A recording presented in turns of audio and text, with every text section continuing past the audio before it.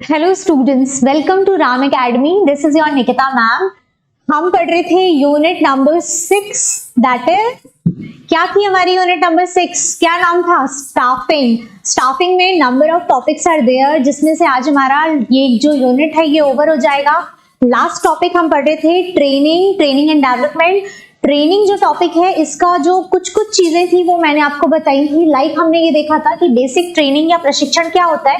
In short में आपको इस चीज को रिवाइज करा देती हूँ और हम इस टॉपिक को आगे कंप्लीट करेंगे। हमने देखा था ट्रेनिंग की हम बात कर रहे थे या प्रशिक्षण। देखिए स्टाफिंग में हमने सबसे पहले क्या किया, वैकेंसी आई आपकी स्टाफिंग के लिए कि क्या क्या जरूरत है, कहाँ कहाँ पर एम्प्लॉइज रिक्वायर्ड है। उसके बाद से रिक्रूटमेंट आता है, सिलेक्शन प्रोसेस होती है। जब ये सारी चीजें हो जाती हैं और आपकी जॉब लग जाती है तो फिर क्या आता है, अल्टीमेटली ट्रेनिंग वाला पार्ट आता है। तब आपको क्या दिया जाएगा, प्रशिक्षण दिया जाएगा या ट्रेनिंग दी जाएगी, ताकि आप को वर्क करना जो है वो आसान हो जाए और आपको कार्य के विषय में जानकारी मिल जाए। हमने क्या देखा था ट्रेनिंग में? बेसिकली ट्रेनिंग में क्या किया जा रहा था, ट्रेनिंग में प्रोवाइड किया जा रहा था एम्प्लॉइज को इंफॉर्मेशन और उनको जो जो स्किल रिक्वायर्ड थी वो सारी चीजों से, ताकि वो क्या कर सके, सक्सेसफुली अपनी जॉब को परफॉर्म कर सके, ये देखा था। तो बेसिकली ट्रेनिंग में क्या कर रहे थे, ट्रेनिंग में उनको वर्क पता चल रहा था कि उनको करना क्या है, किस प्रकार से करना है, और उनको बेसिक जो जो इंफॉर्मेशन रिक्वायर्ड थी वो सब दी थी। फिर हमने देखा था कि ट्रेनिंग की नीड क्यों पड़ती है। तो ट्रेनिंग की नीड हमने डिफरेंट सेक्शंस में डिवाइड करके देखी थी। लाइक कि लैक ऑफ ट्रेन्ड स्टाफ जो होता है तो डिफिकल्टी आती है वर्किंग में। तो किस तरीके से अगर हम एम्प्लॉइज को ट्रेनिंग प्रोवाइड करेंगे तो वो बेनिफिशियरी रहेगा कहीं ना कहीं, तो वो ट्रेनिंग की कमी ना रहे और हमारे कहीं ना कहीं ऑर्गेनाइजेशन की वर्किंग इफेक्ट ना हो, इसलिए हम क्या करते हैं, ट्रेनिंग प्रोवाइड करते हैं। अनदर वन हमने क्या देखा था, for the need of the particular undertaking या फिर पर्टिकुलर ऑर्गेनाइजेशन में किसी पर्टिकुलर, क्योंकि हर ऑर्गेनाइजेशन का कार्य करने का तरीका कैसा होता है, डिफरेंट होता है या अलग अलग होता है। तो अलग अलग तरीके को समझने के लिए एम्प्लॉइज को क्या दी जाती है, ट्रेनिंग या प्रशिक्षण। फिर नेक्स्ट पॉइंट हमने देखा था to undertake the internal environment, या जो आंतरिक वातावरण है। हर कंपनी का वातावरण, हर ऑर्गेनाइजेशन का वातावरण कैसा होता है, अलग अलग होता है। हर कंपनी का अपना एक ओन एनवायरनमेंट, एक ओन कल्चर होता है। उस चीज की अंडरस्टैंडिंग बैठ पाए, इसके लिए ट्रेनिंग दी जाती है।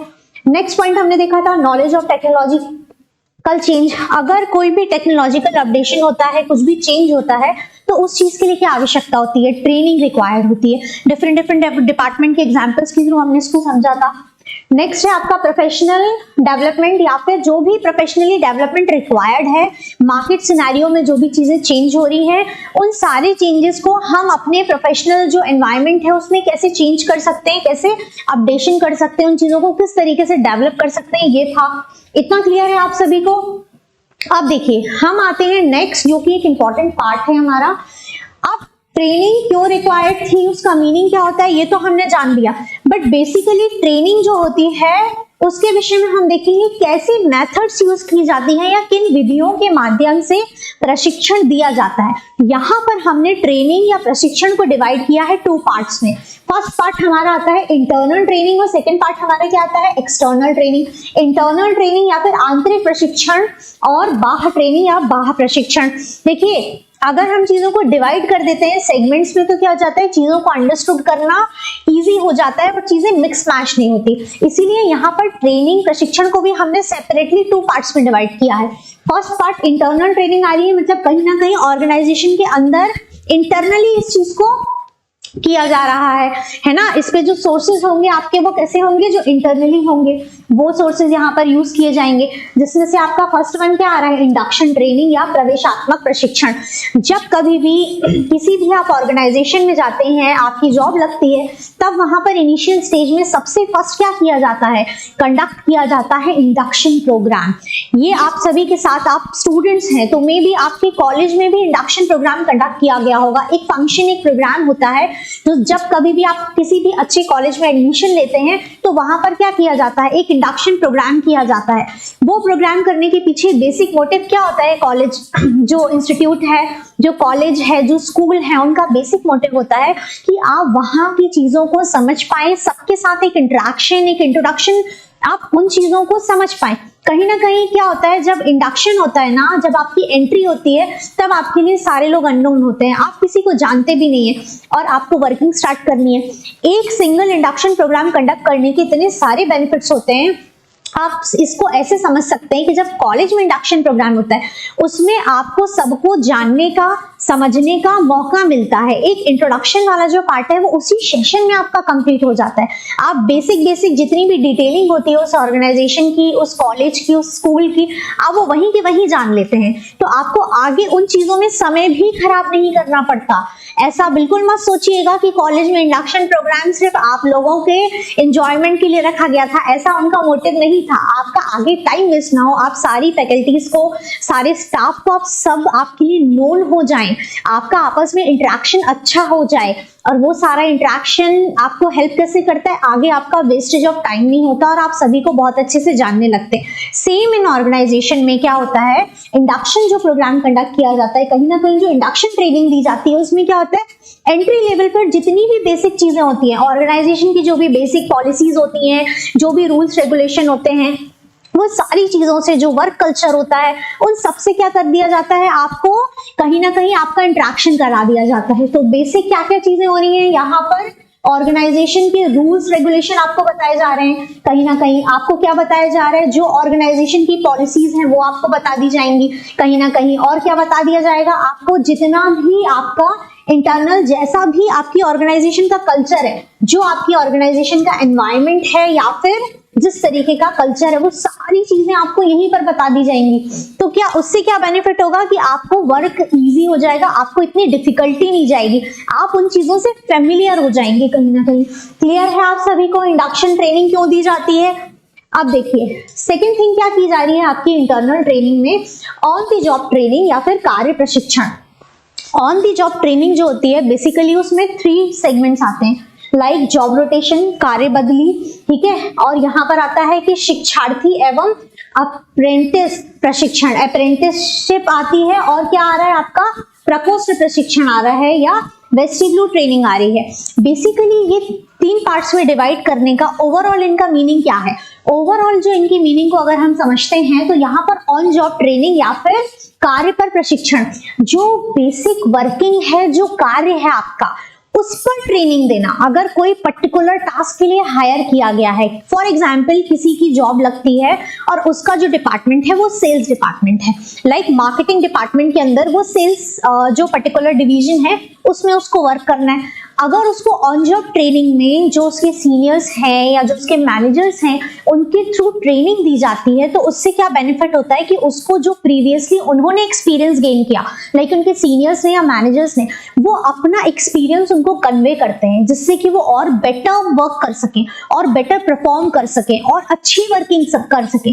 जितना भी वो प्रीवियस कंपनी से, ऑर्गेनाइजेशन से नॉलेज गेन करके आए हैं, या अगर स्टूडेंट हैं कैंपस सिलेक्शन के थ्रू आए हैं, तो भी उनके अंदर बुकिश नॉलेज है या प्रीवियस कंपनी का नॉलेज है, बट इस कंपनी की ग्रोथ के लिए यहाँ के कल्चर के हिसाब से क्या अपडेशन हो सकता है, क्या चीजें रिक्वायर्ड है, किस तरीके से की जा सकती है और बेटर परफॉर्मेंस, उन चीजों का नॉलेज प्रोवाइड करने के लिए उस पर्टिकुलर सेगमेंट, अगर सेल्स है तो सेल्स से रिलेटेड क्या यहाँ पर चीजें यूज की जाती है, सेल्स में क्या पॉलिसी होनी चाहिए, कि किस तरीके से एडवर्टाइजमेंट कर सकते हैं, क्या क्या आपके एडवर्टाइजमेंट के मीडियम्स हो सकते हैं, आप सोशल मीडिया के थ्रू एडवर्टाइजमेंट कर रहे हैं, न्यूज़पेपर के थ्रू कर रहे हैं, अपने प्रोडक्ट को आप अलग अलग तरीके से लॉन्च कर रहे हैं, आप अपने प्रोडक्ट पे डिस्काउंट दे रहे हैं, किस तरीके से आपकी जो ऑडियंस है उस ऑडियंस को आप कलेक्ट कर रहे हैं। तो ये जितना भी डेटा है ये सब कुछ आपको कैसे पता चलेगा, जब आपको उस पर्टिकुलर जॉब से रिलेटेड ट्रेनिंग मिलेगी। इतना क्लियर है? इनिशियली हमने इंडक्शन में क्या किया था, एक जनरलाइज्ड आइडिया दिया था उस ऑर्गेनाइजेशन से रिलेटेड, बट यहाँ पर हमने ऑन द जॉब ट्रेनिंग, जब जॉब स्टार्ट हो गई, अब आपको क्या रिक्वायर्ड होगा कि जो वर्किंग है उससे रिलेटेड आपको और इन्फॉर्मेशन मिल सके।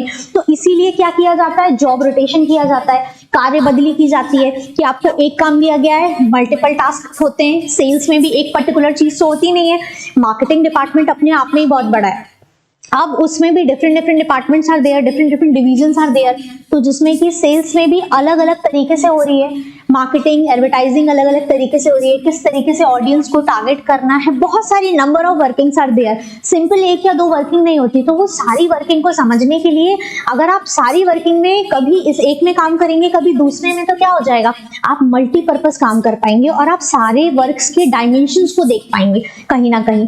क्लियर है? इसलिए क्या करते हैं, जॉब रोटेशन करते हैं। नेक्स्ट क्या आ रहा था, शिक्षार्थी एवं एस्पिरेंट प्रशिक्षण। तो एस्पिरेंटेशनशिप क्या होती है, बेसिकली यहाँ पर ये हो रहा है, अगर हम देखें अप्रेंटिसशिप जो होती है उसमें बेसिकली क्या किया जाता है, जो शिक्षार्थी के द्वारा आपको ट्रेनिंग दी जाती है, जो पर्टिकुलरली उस टास्क में ऑलरेडी एक्सपीरियंस्ड होता है, उसके थ्रू आपको क्या दी जाएगी, ट्रेनिंग प्रोवाइड की जाएगी, क्योंकि उन्होंने जो एक्सपीरियंस गेन किया है वो आप तक डिलीवर होगा। नेक्स्ट जो लास्ट है वो प्रकोष्ठ प्रशिक्षण। इसी तरीके से हमने क्या किया है, इसको एक एक लेवल अपडेट किया है, मैनेजर्स के थ्रू, टॉप लेवल मैनेजर्स के थ्रू, अलग अलग जो एक्सपीरियंस पर्संस हैं, जितने सीनियर सुपर सीनियर्स हैं, उनके थ्रू आपको ट्रेनिंग मिलना आपके वर्क को और ज्यादा एनहांस करने के लिए और ज्यादा इंप्रूव करने के लिए। तो यहाँ तक का पॉइंट क्लियर है आप सभी को कि हमारे इंटरनल ट्रेनिंग में क्या क्या चीजें आ रही हैं, आंतरिक प्रशिक्षण में क्या क्या आ रहा है। अब हम नेक्स्ट आते हैं अपनी एक्सटर्नल ट्रेनिंग में। एक्सटर्नल ट्रेनिंग जो होती है बेसिकली उसमें क्या क्या चीजें आती हैं, एक्सटर्नल ट्रेनिंग में कहीं ना कहीं हमको बाह्य प्रशिक्षण देखने मिलता है, मतलब कि जो सोर्सेज हैं, जो सोर्स जिस मीडियम का हम यूज कर रहे हैं वो इंटरनल ना होकर के एक्सटर्नल सोर्सेज आ रहे हैं। कैसे आ रहे हैं, अब देखिए यहाँ पर फर्स्ट पॉइंट क्या लिखा हुआ है, लेक्चर या व्याख्यान। बेसिकली आपने देखा होगा किसी भी ऑर्गेनाइजेशन में या किसी भी इंस्टीट्यूशन में क्या किया जाता है, गेस्ट लेक्चर्स कंडक्ट किए जाते हैं। ऐसा ऑर्गेनाइजेशन इंडस्ट्री में भी होता है।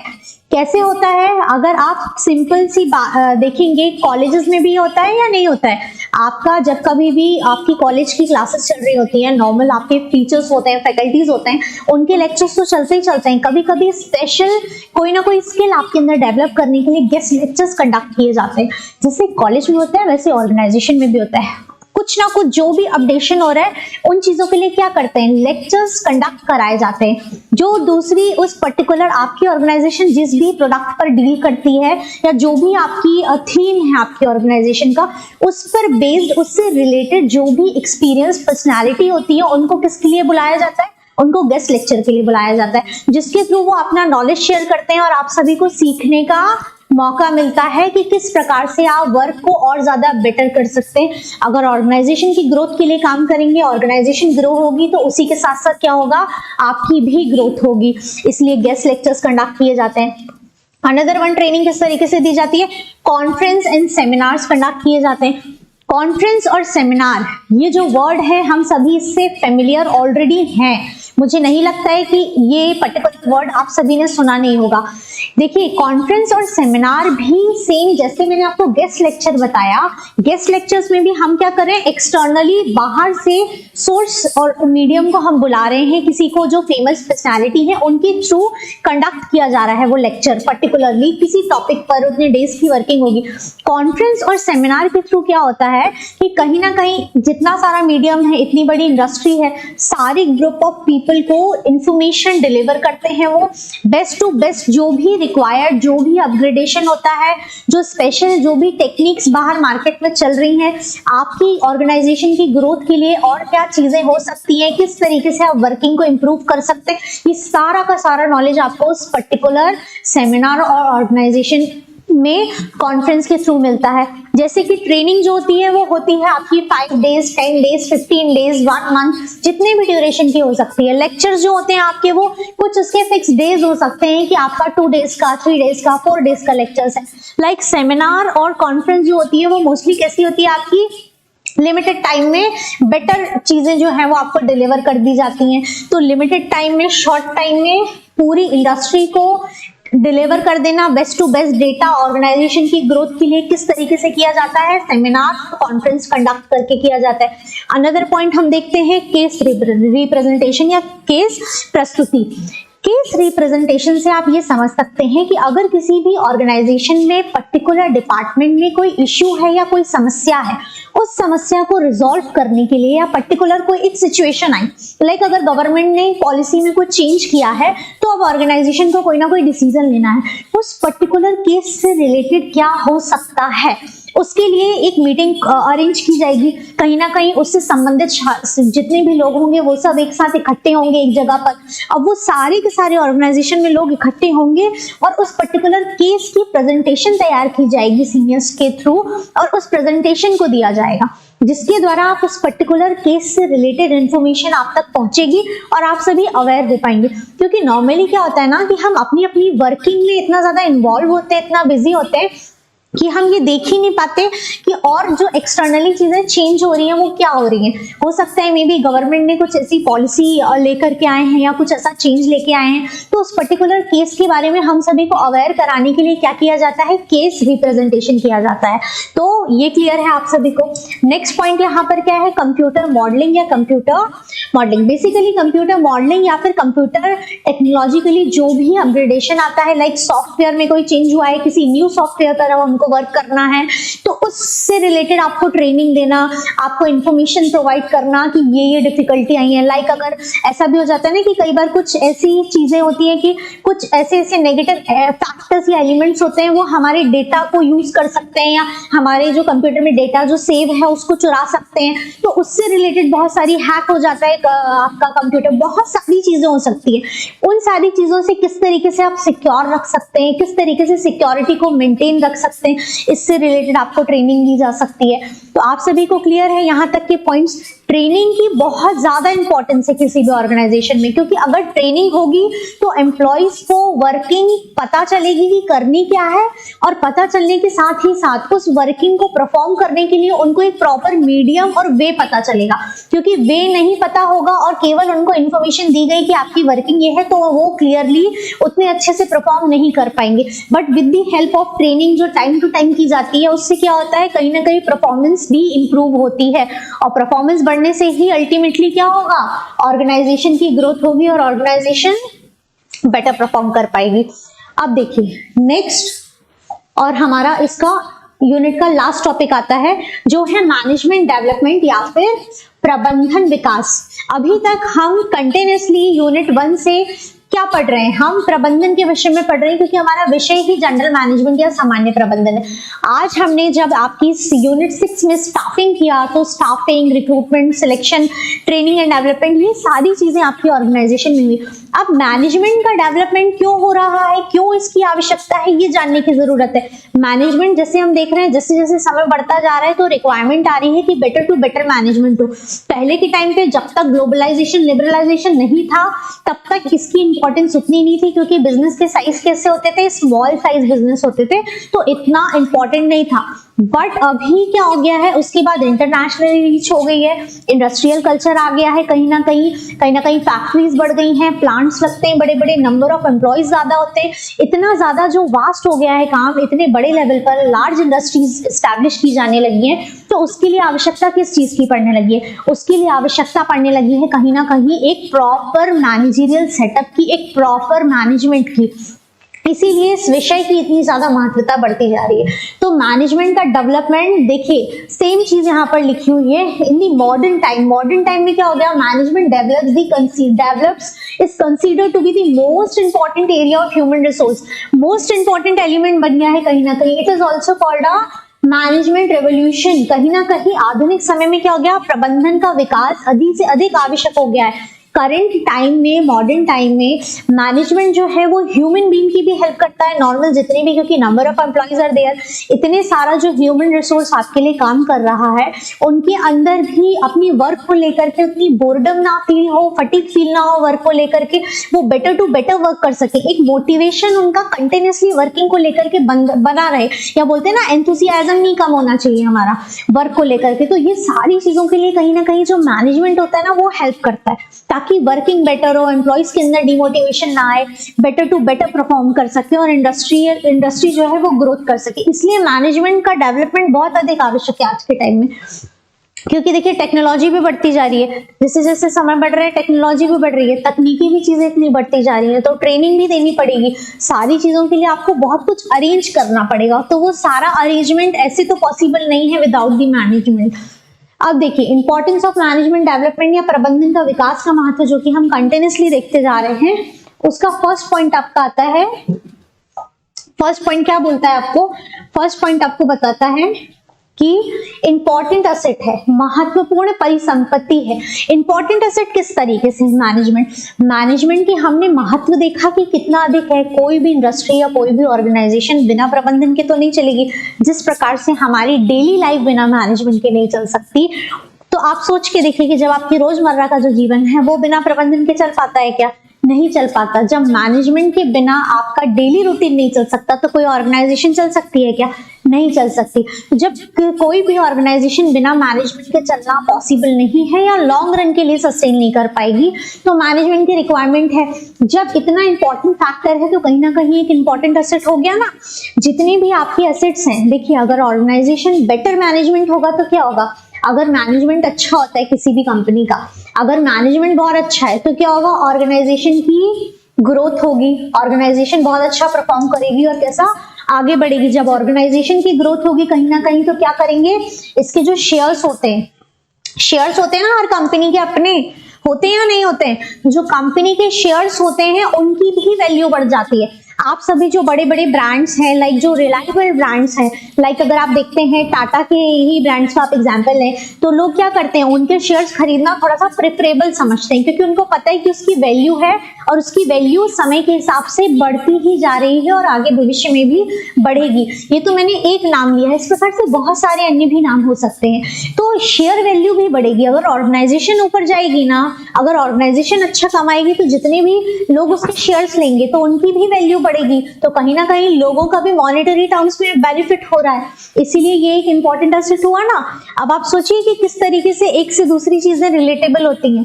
तो अभी आपको क्लियर है कि इसके शेयर्स की वैल्यू भी क्या होगी? इंक्रीज होगी। नेक्स्ट आपका आता है लो कॉस्ट आउटलेट या फिर निम्न लागत परिव्यय। मैनेजमेंट में बहुत अधिक अमाउंट या पैसा नहीं खर्च करना पड़ता। अगर आपकी ऑर्गेनाइजेशन कोई पर्टिकुलर कोई भी प्रोडक्ट बनाती है, कोई भी गुड्स एंड सर्विसेज प्रोवाइड करती है, तो आप क्या करते हैं? आप उन गुड्स के लिए इन्वेस्टमेंट करते हैं, आप रॉ मटेरियल लेते हैं, मशीनरी लेते हैं, उनका फिनिश प्रोडक्ट बनवाते हैं, फिर मार्केट में उसको सेल आउट कराते हैं। आप खुद सोच के देखिए, उसको उस पर्टिकुलर प्रोडक्ट के रॉ मटेरियल को बाय करने में, उसको बनाने में, उसको मार्केट में सेल आउट करने में आपका जितना भी कॉस्ट लगता है, वो सारी कॉस्ट में जो आप सैलरी देते हैं एम्प्लॉइज को, वो कितनी कम लगती है? उतनी सैलरी नहीं दी जाती। सैलरी का अमाउंट लिमिटेड है, तो जो ह्यूमन रिसोर्स है उसको लिमिटेड पे करना है। आपका मेन अमाउंट किस पे जा रहा है? आपका जो पर्टिकुलर प्रोडक्ट है उस प्रोडक्ट की मेंटेनेंस में, उस प्रोडक्ट को रेडी करने में जा रहे हैं। तो आप खुद सोच सकते हैं कि ह्यूमन एलिमेंट पर आपने जो अमाउंट एक्सपेंस जो आपका लगा वो कहीं ना कहीं कम लगा। तो उतना अधिक खर्च नहीं लगता प्रबंधन करने में, उतना अधिक इन्वेस्टमेंट नहीं है, बट उसकी प्रॉफिटेबिलिटी बहुत ज्यादा है, क्योंकि आप रॉ मटेरियल खरीद सकते हैं किसी भी प्रोडक्ट को बनाने के लिए।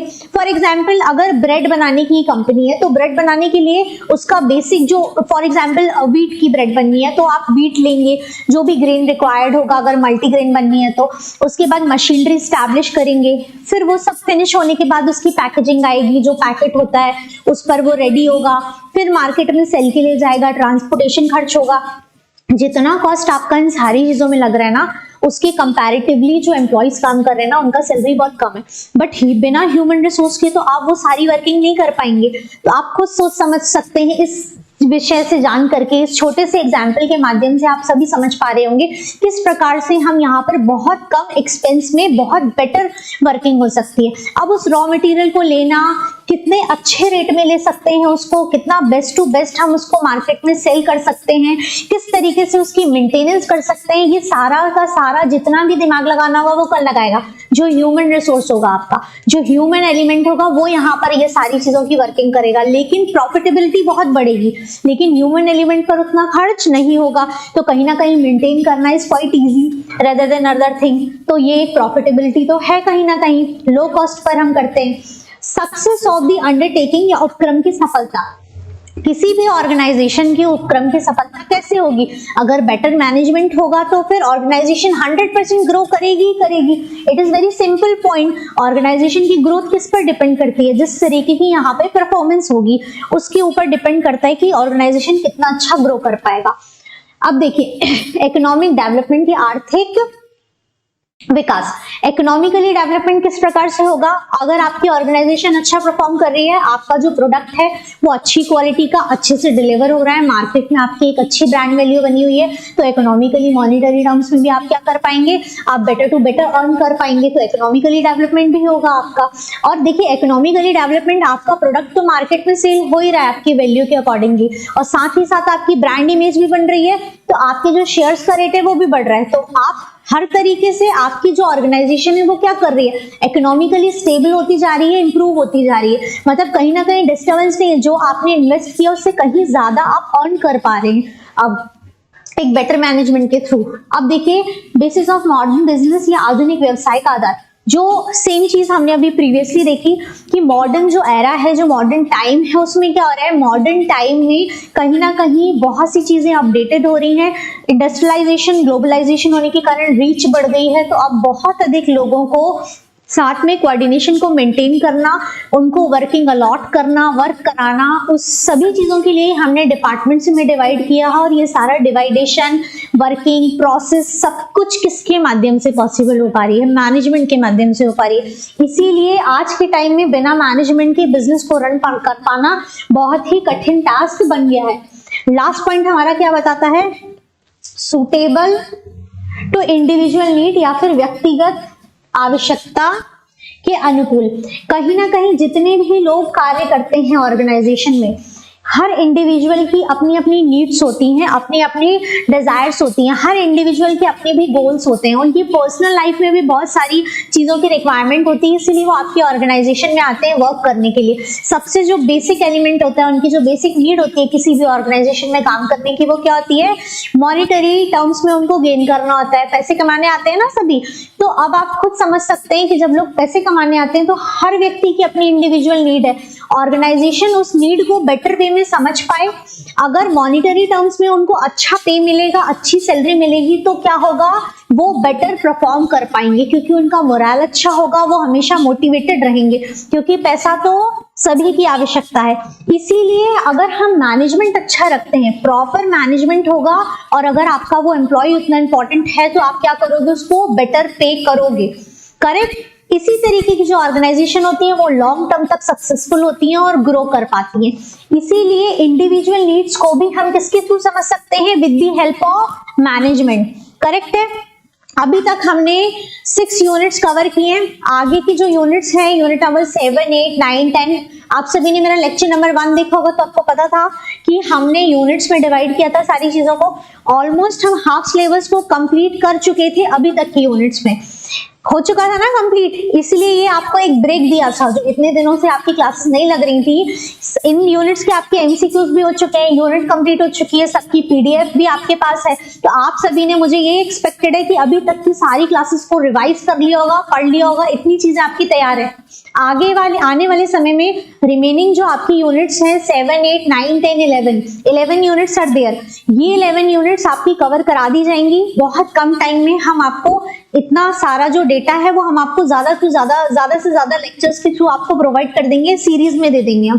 तो टेंशन मत लो कि क्लासेस कंटिन्यू होंगी या नहीं होंगी, कितने सारे लेक्चर्स हैं, so many questions are there, comments में लोग पूछ रहे हैं लगातार कि कितनी सारी क्लासेस लगने वाली हैं, आगे कोर्स कंप्लीशन होगा या नहीं होगा, इतनी डाउट मत रखो, एक बार ट्रस्ट करो। अगर कंप्लीट करने के लिए बोला गया है आपको इस एकेडमी के माध्यम से, तो आपका कोर्स जरूर कंप्लीट होगा और डिले भी नहीं होगा, क्योंकि ये टाइम आपके रिवीजन का था, यही एक्सपेक्टेड है कि आपने रिवीजन कर लिया होगा। आने वाले टाइम में हम आपको जितनी रिमेनिंग यूनिट्स है वो सबकी सब यूनिट्स आपको प्रोवाइड करेंगे, जल्दी प्रोवाइड होंगी अब आगे की यूनिट्स, क्योंकि यहाँ तक का डेटा आपने कवर कर लिया है, मैं तो यही सोच रही हूँ, इसीलिए आपको इतना गैप दिया था हमने। तो अब आने वाले टाइम में आप यूनिट्स को जल्दी कवर करेंगे, यही मैं एक्सपेक्ट करती हूँ। Thank you all of you.